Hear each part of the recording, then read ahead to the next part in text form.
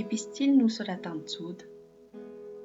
Joda, mpanompon'i Jesosy Kristy sady rahalahin'i Jakoba, mamangy izay olona vao antso, malala ao amin'Andriamanitra iray sy voatahiry ho an'i Jesosy Kristy.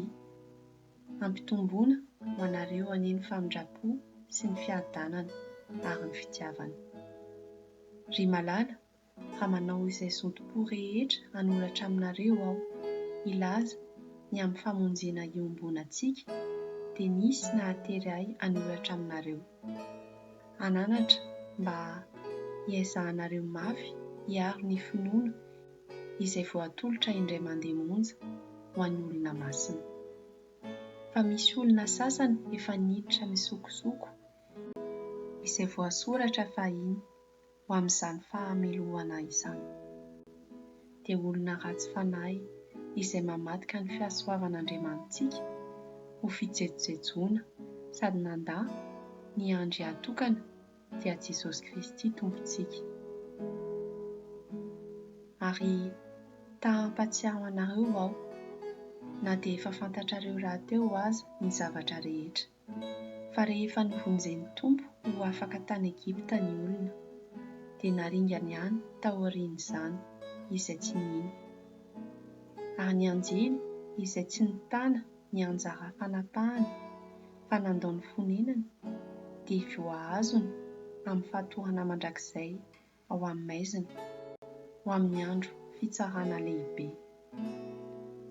Ary toy izany koa Sodoma sy Gomora mba amin'ny tanàna manodidina azy izay nijangajanga tahaka azy koa ka lasa nanaraka nofo hafa dia aseho ho fananarana amin'ny aretan'ny fijaliana amin'ny afo maharitra mandrakizay. Kanefa toy izany koa ireo dia manonofy ka mandoto ny nofo sady nandà ny manana fahalehibiazana ary miteny ratsy ny manana voninahitra. Fa Mikaela arikanjely aza raha niady tamin'ny devoly ka nifanditra ny amin'ny fatin'i Mosesy dia tsy samy teny ratsy hahameloka azy fa hoy izy hananatra anao any Andriamanitra. Fa ireo kosa dia miteny ratsy izay zavatra rehetra tsy fantany akory ary izay zavatra fantany fotsiny tahaka ny fahalalan'ny biby tsy manan-tsaina kosa no hanimbany ny tenany. Ahita loza izy fa efa nandeha tamin'ny lalan'ny kama sady efa nimaona fatratra hanaraka ny fahadisoan'ny Balama ahazony tamby ary efa ringana tamin'ny fihodinan'ny Kora izy. Ireo no haram-bady voasaron-drano eo amin'ny fanasam-pifankatsiavanareo. Raha miara-mihinana aminareo izy dia mpiandry, mamahan-tena nefa tsy matahotra. Raha hoana tsy misy rano, entin'ny rivotra ireo. Azo fararano nefa tsy misy voany, indro maty, voafogotra. Onjan-dranomasina mitopatopa, marivorivo ny fahamenarany, kintana mifindrafindra ka voatahiry ho azy mandrakizay ny fahamakisan'ny maizina.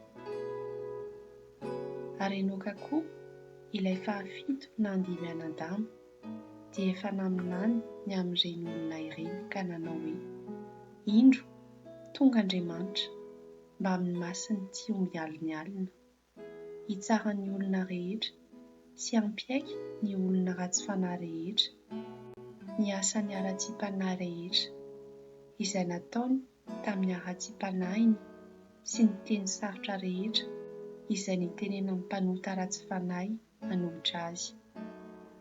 Ireo dia mpimonomonina sy mpimoimoy, mandeha araka ny filàny ary ny vavany manao teny miavonavina loatra ka mandoka ny olona mba ahazoany zavatra.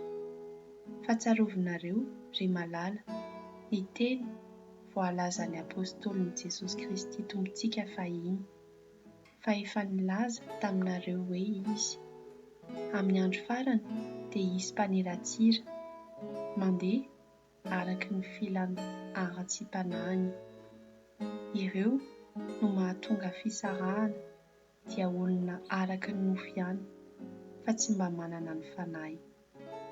Fa ianareo kosa ry malala dia ataovy izay handrosoanareo amin'ny finoanareo masina indrindra ka mivavaha ao amin'ny fanahy masina ary tehiriziny ny tenanareo ao amin'ny fitiavan'Andriamanitra.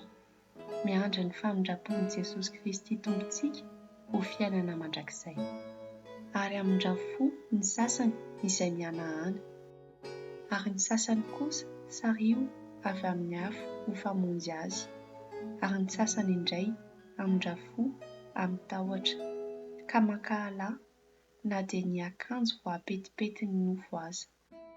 Ary ho an'izay maharo anareo mba tsy ho tafitohina, ary ametraka anareo tsy hanatsiny eo anoloan'ny voninahiny amin'ny firaviravona, ho an'Andriamanitra tokana mpamonjy antsika amin'ny alalan'i Jesosy Kristy Tompontsika ny voninahitra sy ny fahalebiazana, ny fanjakana sy ny fahefana hatramin'ny taloha indrindra, sy ankehitriny ary mandrakizay.